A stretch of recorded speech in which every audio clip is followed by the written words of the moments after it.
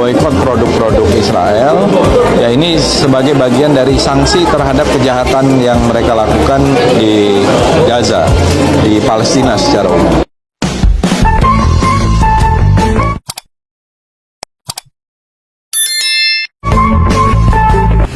Dalam video kali ini, tema yang akan kami bahas ialah integrasi nasional, yang dimana pada tema tersebut kami mengangkat topik keputusan MUI Majelis Ulama Indonesia terkait pemboikotan produk pro-Israel. Kenapa kami mengangkat topik ini? Karena kami rasa ini penting untuk diketahui oleh teman-teman semuanya. Pengaruh integrasi nasional dalam kasus pemboikotan produk pro-Israel adalah upaya untuk mempertahankan dan memperkuat persatuan dan kesatuan bangsa Indonesia. Tindakan pemboikotan produk pro-Israel tidak hanya sebagai bentuk dukungan terhadap Pancasila, namun juga sebagai bukti kecintaan kita terhadap NKRI dan PGB Palestina. Pemboikotan produk pro-Israel juga bisa dijadikan sebagai edukasi dalam mengedepankan kepentingan nasional dan menghindari adanya agenda-agenda dari luar yang bisa mengancam integrasi bagi Indonesia. Kasus ini juga berdampak negatif bagi persatuan dan kesatuan, yakni beresiko adanya perpecahan dari golongan masyarakat atau negara lain akibat pemboikotan tersebut, dan juga beresiko adanya ketakutan dan kecemasan negara-negara lain Indonesia menganggap Indonesia sebagai negara yang fanatik terhadap agama dan tidak toleran terhadap bangsa lain. Dalam hal ini, peran pemerintah dan masyarakat sangat penting dalam menjaga kerukunan persatuan dan kesatuan negara. Pemerintah perlu memberikan edukasi dan pemahaman yang tepat kepada masyarakat tentang tujuan pentingnya pemboikotan produk Israel tanpa menimbulkan perpecahan dan dampak buruk terhadap nilai Pancasila ketiga, yakni persatuan Indonesia. Konflik antara Palestina dan Israel telah berlangsung selama beberapa dekade, dan pada 7 Oktober 2023, ketegangan yang telah berlangsung lama itu mencapai puncaknya dengan ribuan korban jiwa. Dua organisasi Islam terbesar di Indonesia, Nahdlatul Ulama yang dikenal sebagai NU dan Muhammadiyah, telah menyatakan bahwa konflik antara Palestina dan Israel bukanlah perang agama, melainkan mencangkup konflik politik dan kemanusiaan.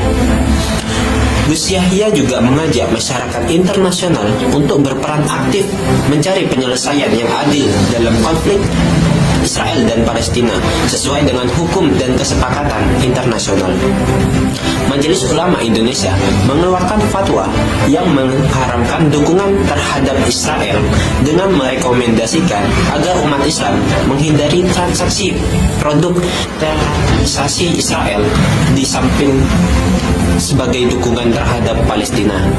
MUI juga mengatakan bahwa ini adalah waktu yang tepat bagi produk lokal untuk bangkit. Namun, di sisi lain, juga hal itu akan berdampak pada perekonomian yang ada di Indonesia. Maka dari itu, kami mengangkat topik ini karena berpotensi mempengaruhi hubungan dagang dan kerjasama kita dengan negara atau perusahaan yang telah terlibat. Ini bisa berdampak pada perekonomian kita, termasuk peluang kerja dan investasi, serta mengancam integrasi nasional. Selanjutnya, isu yang kami ambil pada materi kali ini adalah mengenai keputusan MUI atau Fatwa Majelis Ulama Indonesia yang dikeluarkan pada tanggal 10 November tahun 2023 mengenai Fatwa nomor 83 tahun 2023 yang berhubungan dengan hukum dukungan terhadap Palestina. Majelis Ulama Indonesia menghimbau dalam fatwa tersebut agar umat Islam itu menghindari transaksi atau penggunaan produk yang terafiliasi oleh Israel. MUI juga menghimbau agar umat Islam semaksimal mungkin untuk menghindari dan mengurangi transaksi dan penggunaan produk yang dapat mendukung adanya penjajahan yang ada di Palestina yang dilakukan oleh Israel dan mendukung adanya Zionisme. Itu yang diucapkan oleh Ketua MUI dalam bidang fatwa yang Bapak Asroruni Amsoleh pada tanggal 11 November tahun 2023. Selanjutnya saya akan menjelaskan mengenai arti fatwa itu sendiri.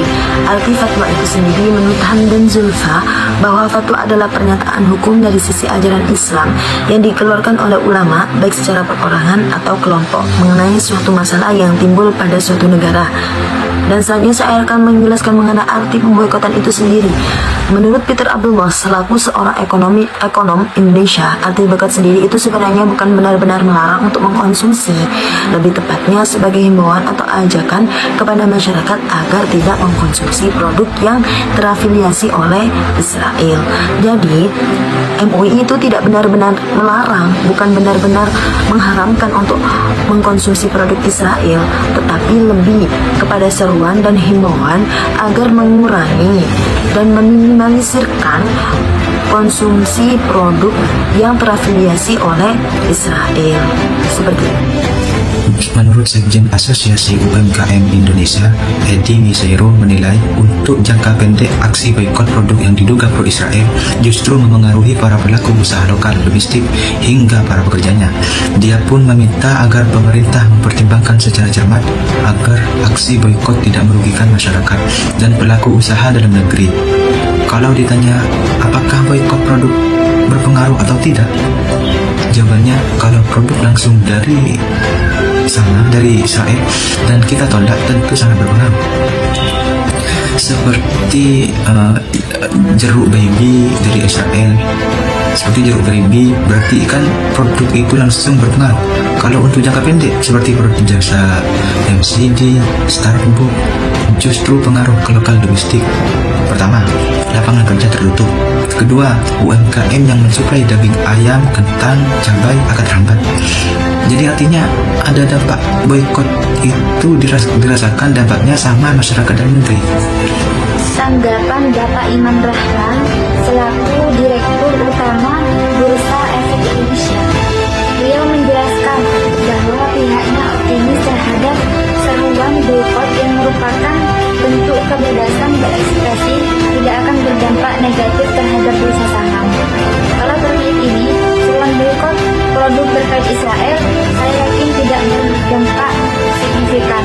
Akan tetapi bagi pasar modal kita ini masih manajebil, ujar Bapak Iman Rahman dalam Capital Market Jurnalis Workshop Media Gathering yang berlangsung di Balikpapan, Kalimantan Timur pada hari Jumat tanggal 17 November 2023. Bursa Efek Indonesia juga meyakini bahwa para investor selalu mencermati fundamental saham dalam berinvestasi, sehingga terdapat tindakan boikot, investor akan bijak dalam mengelola investasinya.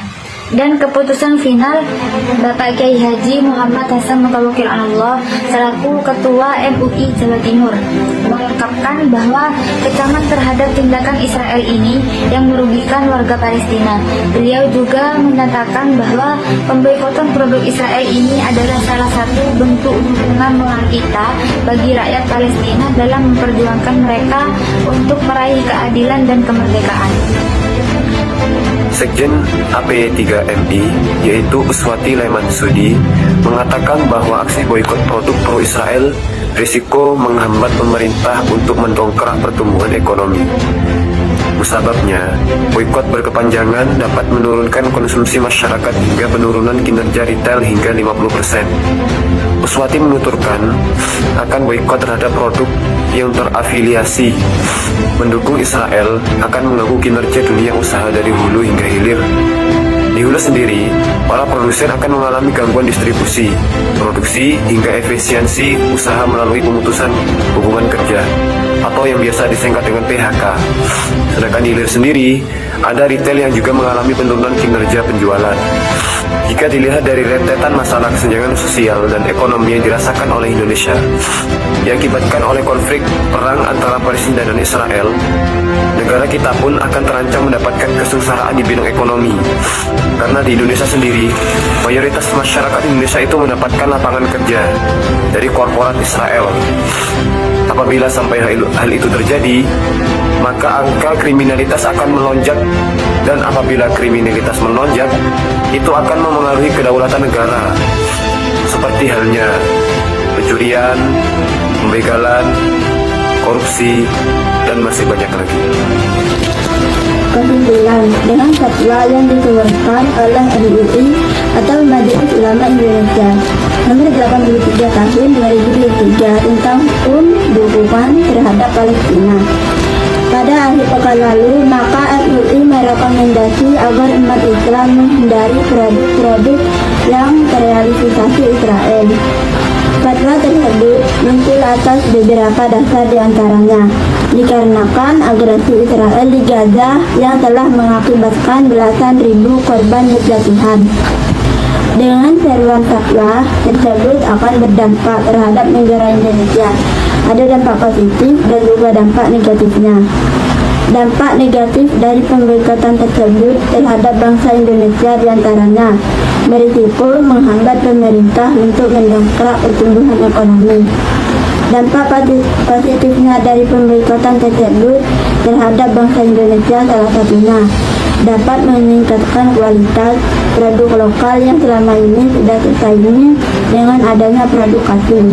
Hikmah yang bisa diambil dari kejadian ini adalah sebagai generasi manusia yang telah dianugerahi tanah Nusantara, salah sang pencipta keharusan yang harus dimiliki adalah kreativitas yang mempunyai untuk mampu memanfaatkan segala sumber daya alam di tanah air kita sendiri.